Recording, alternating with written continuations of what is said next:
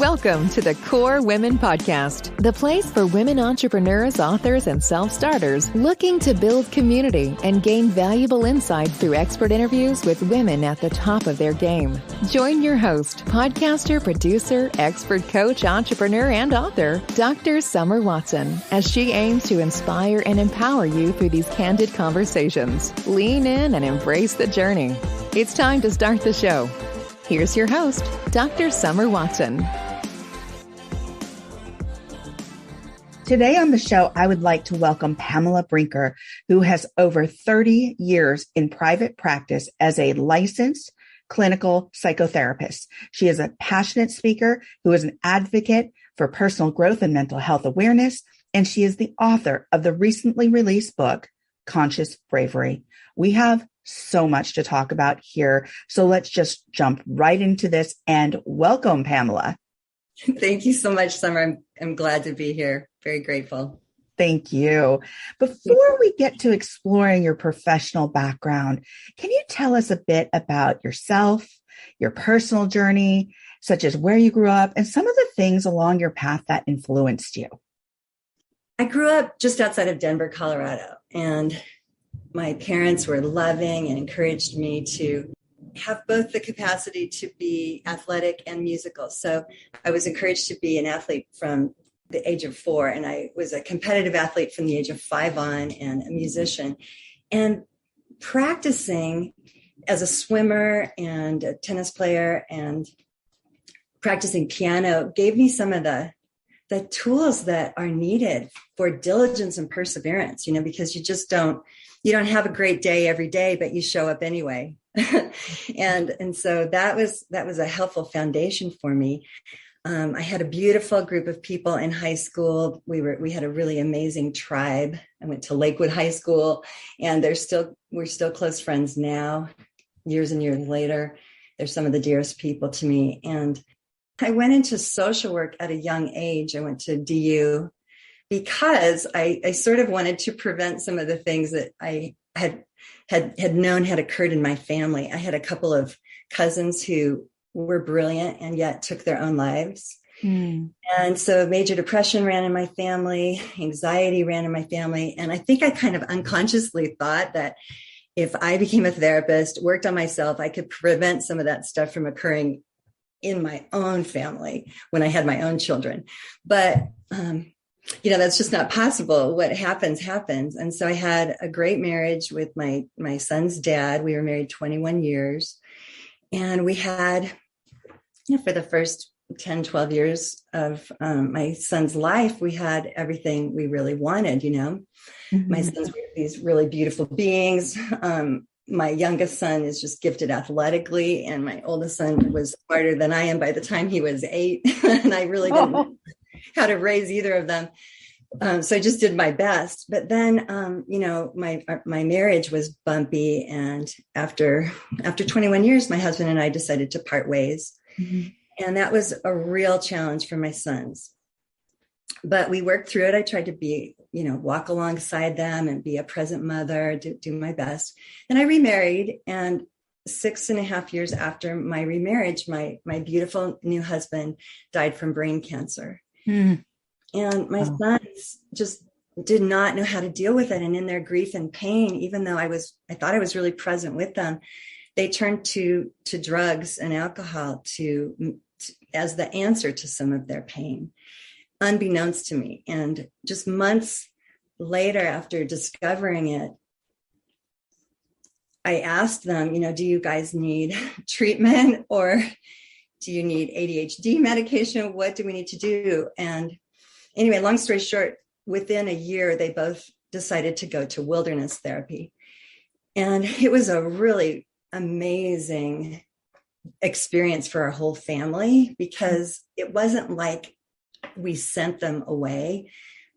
We sent them to something that would help and support our whole family, because I just didn't have the resources then to know what is conscious bravery. How do I handle this? I remember one time saying out loud to myself after my husband died, I can't do this. And I kind of lived in that space for 2 or 3 days. I can't do this. lost my husband, and my two sons are struggling greatly. But then I remembered something that Cheryl Strayed had said in her book, Tiny Beautiful Things, that we parents don't have the luxury of despair. And somehow grace and that quote brought me up out of the abyss. And I just started walking with deeper compassion for my own experience and for my sons. And, they were in wilderness therapy at different times, but it was really a turning point for all of us. And it was a time and a place for them to become young men and to learn skills in the wilderness, that they didn't have. They weren't allowed to have screens. We wrote letters back and forth to one another. I went out for a family weekend. We're in the middle of the wilderness doing these amazing rituals and things and talking about stuff for 3 days straight, doing amazing therapy. So anyway, that's how I came to begin. I began to want to write about what bravery really is, because back when all that was going on, there was not a body of knowledge about what is conscious bravery. How do you get through really devastating times? It was hard enough that my husband had died. And then with both of my sons using drugs, and eventually they both became addicted to methamphetamines. Mm-hmm. And it was such a challenging time. And I made so many mistakes. And I learned as I went, turned to other people, got support, connected with God and the universe in a greater way. And so that triad of support, of turning inward to myself, my own essence, and turning to other people and relying on support and tapping into God and the universe in a greater way, that really helped me to get through everything. And so I began writing about that. Well, that is incredible. And you've touched on so many things there, Pamela, in relation to, being present with your sons and walking by their side, but also knowing as a therapist and as just a human being, we can't make those decisions for other people, and people ultimately will choose their path. And you were supportive and you were a loving mom and you walked by their side, and yet you still felt like there was more that you can do. And then you lost a husband and you were grieving. Let me ask you, because you do cite that quote, yet we do have to have grace for ourselves when we're going through things like loss and difficulty and multiple challenges that are going to impact our lives. So during that time, can you recite that quote again? Sure.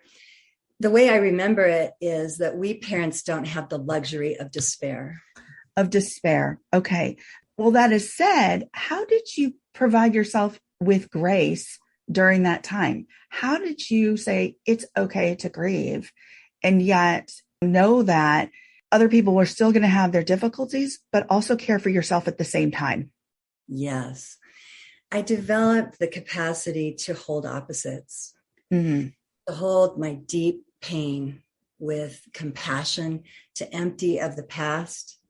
I do an emptiness practice, and I teach that. Well, I empty of the past, and I was able to say, okay, here I am present this moment with tender grief and pain, while at the same time hold the opposite, which is this isn't forever. This moment, this situation, this circumstance is not my life. And to kind of hold the dark and the light all together, because it's all one. And I let go of a former belief that goodness is only the light. I now see that goodness and what truly is encompasses the dark as well. So I developed the capacity to hold it all. Mm-hmm.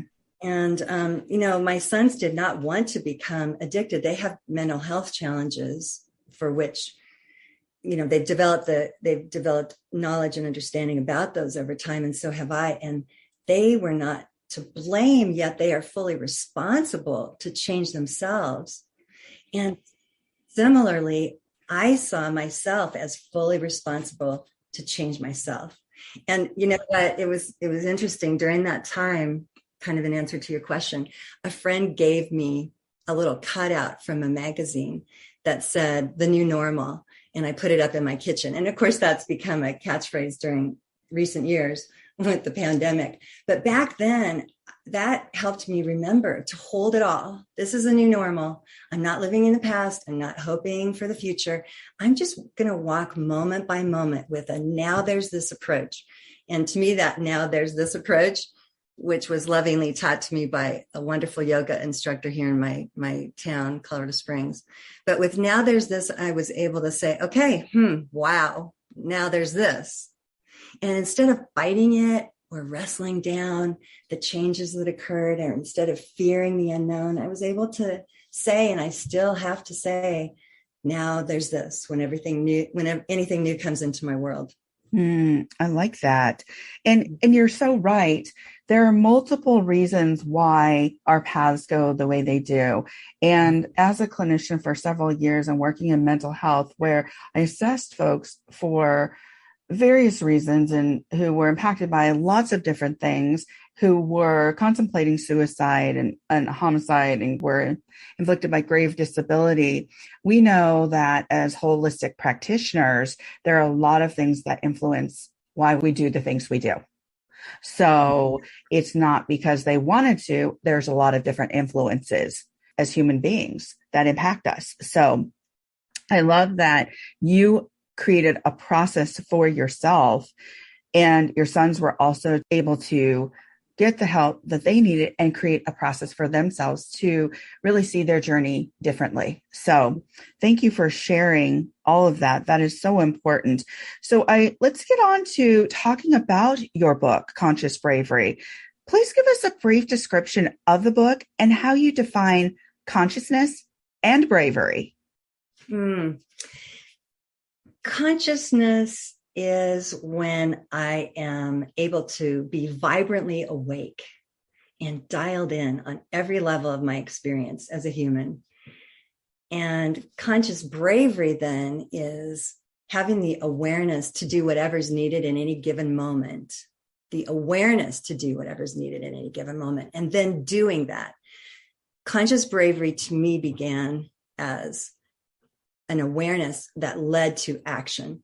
And that's what the book is about. It's about having new understanding of certain concepts that are just truths, but then embodying them and cultivating them.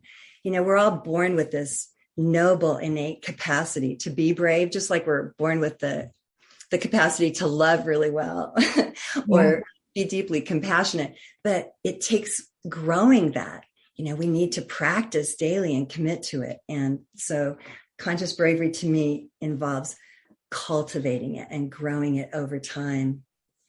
Well, I love that because I think you're absolutely on point here.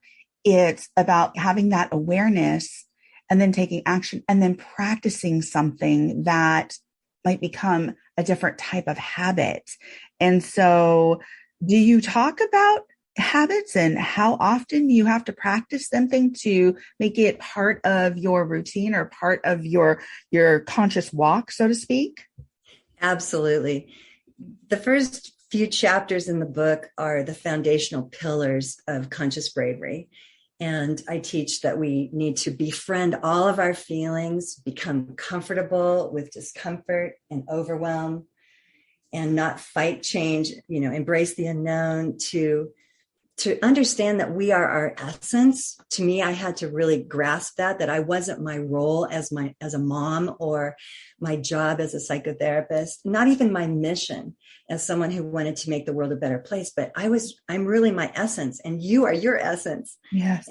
Everyone listening, we can have the capacity to know that we are this self within that is unchanging through any circumstance.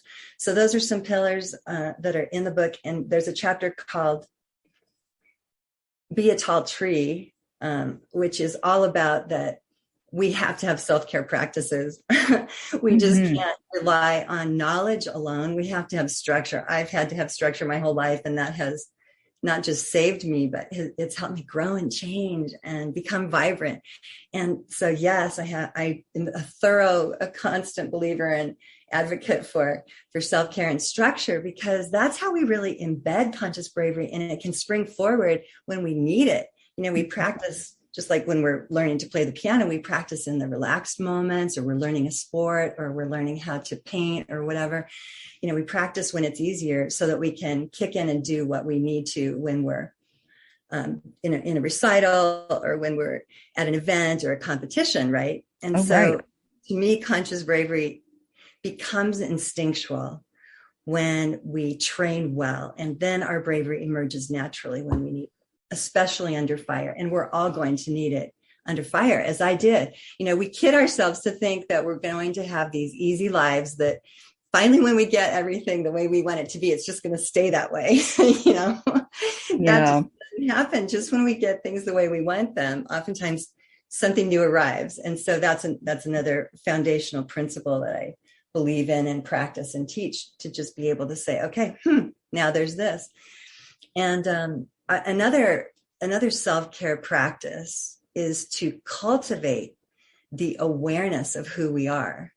And just like when we learn to ride a bike, we don't just do it because of the physical capacity to move the pedals and hold the handlebars.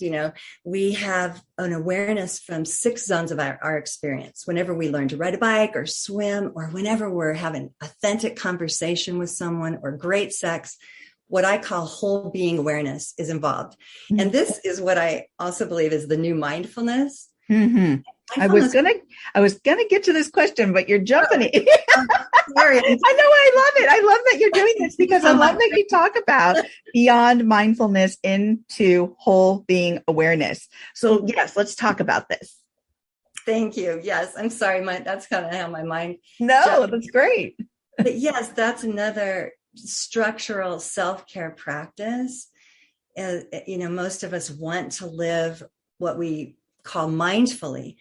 But to me, mindfulness as a word immediately conjures the mind, and our minds are already too full.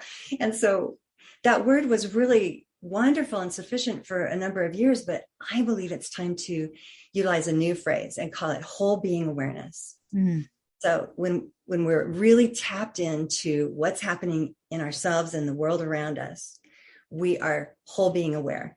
And we're aware from our minds. We know what's going on emotionally in our hearts. We're tapped into our physical bodies, and we are tuned into our essence, or our core self.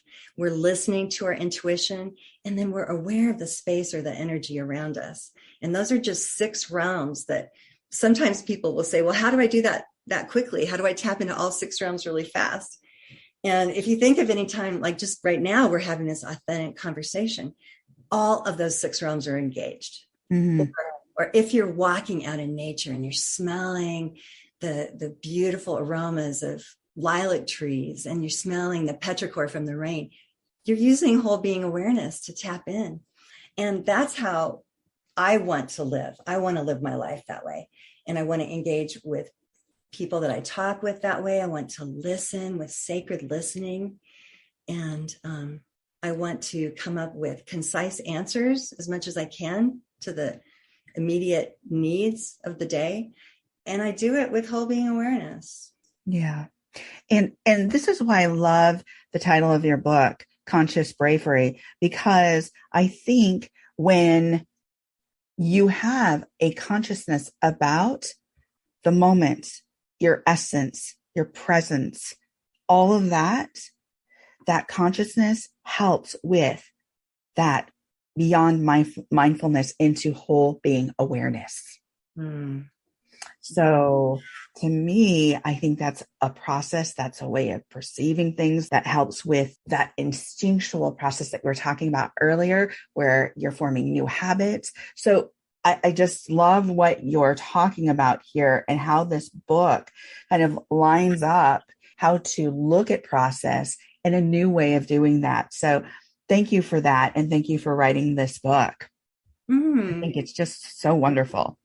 We all need new tools, right? Yes, absolutely. tools that we can pull from to help with that process, to help us become more conscious of how to live in the present and in wholeness. So as a coach myself, and having worked in the human services field for several years, I love helping folks explore their personal process and steps to living a more authentic and fulfilled life. Can you suggest a couple of steps that one would take to apply conscious bravery to their own life and how to live in the moment, the present moment? Absolutely. Breathing consciously is foundational, and anyone can take 3 deep breaths. We hear that, just take some deep breaths, or, take a deep breath. Mm-hmm. But that's not the magic. The magic is bringing that consciousness to the breath, that awareness, that vibrancy. And so when we breathe consciously, like you and I can do it right now, and listeners can do this with us, we breathe in to our whole being. We breathe into our hearts and minds and bodies. And then we have a huge exhale where we're present with our intuition and the energy surrounding us. And we breathe in again, maybe to our essence or to whatever, it's hard to breathe in without thinking. Mm-hmm. So we just want to breathe in with the awareness of all of those zones, and then exhale and release with awareness. So that is a practice, conscious breathing, that is an immediate stepping stone into conscious bravery. And so say you're faced with something that you didn't expect, and it doesn't have to be something related to my world, to addiction or mental health. It could be, you walk in the kitchen and the stove is still on and you're freaking out. So maybe you just take a deep conscious breath and deal with the situation, and thereby find the capacity to bring calm to the situation. And those are tools we need every day to be able to calm that sympathetic nervous system that kicks in when we feel anxious about something or panic or shock, where our sympathetic nervous system says, oh, fight or flee or curl up in a ball and feign death, But then if we can hold the other capacity to bring calm to the situation, to say, okay, I'm breathing consciously. I'm in my body. I'm feeling my feet on the ground. I'm right here. I'm aware of the energetic space around me. Then we can hold it all. Well, I appreciate that tip. And I went through that breathing technique that you had suggested as you were doing it. I was doing it, and I was so relaxed. And I was thinking, we can call it so many things. We can call it essence. We can call it soul. We can call it spirit. We can call it energy.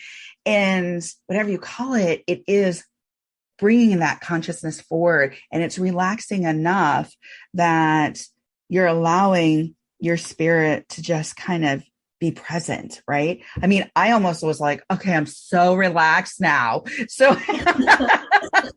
how can I jump out of this and continue this interview? So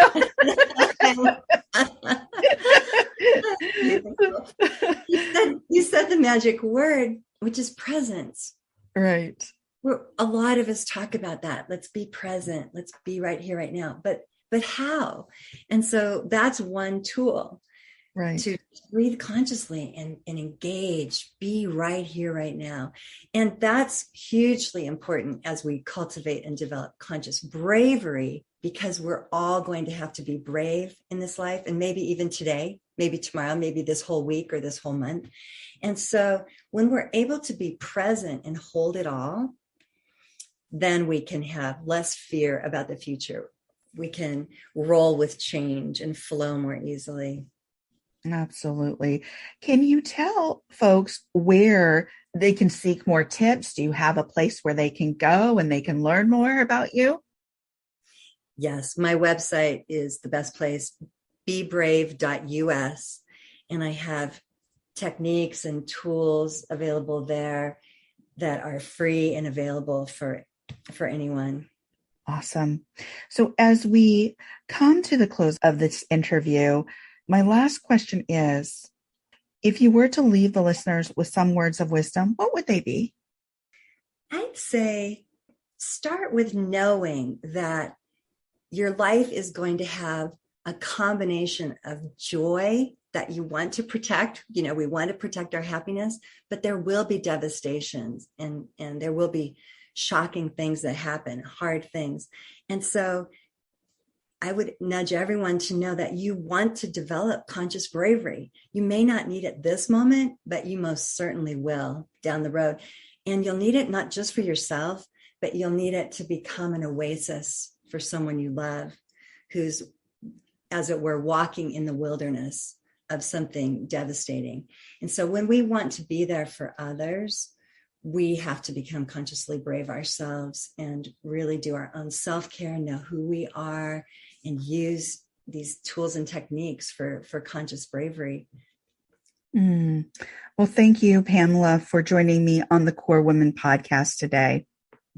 It's been such a pleasure. Thank you so much. Absolutely.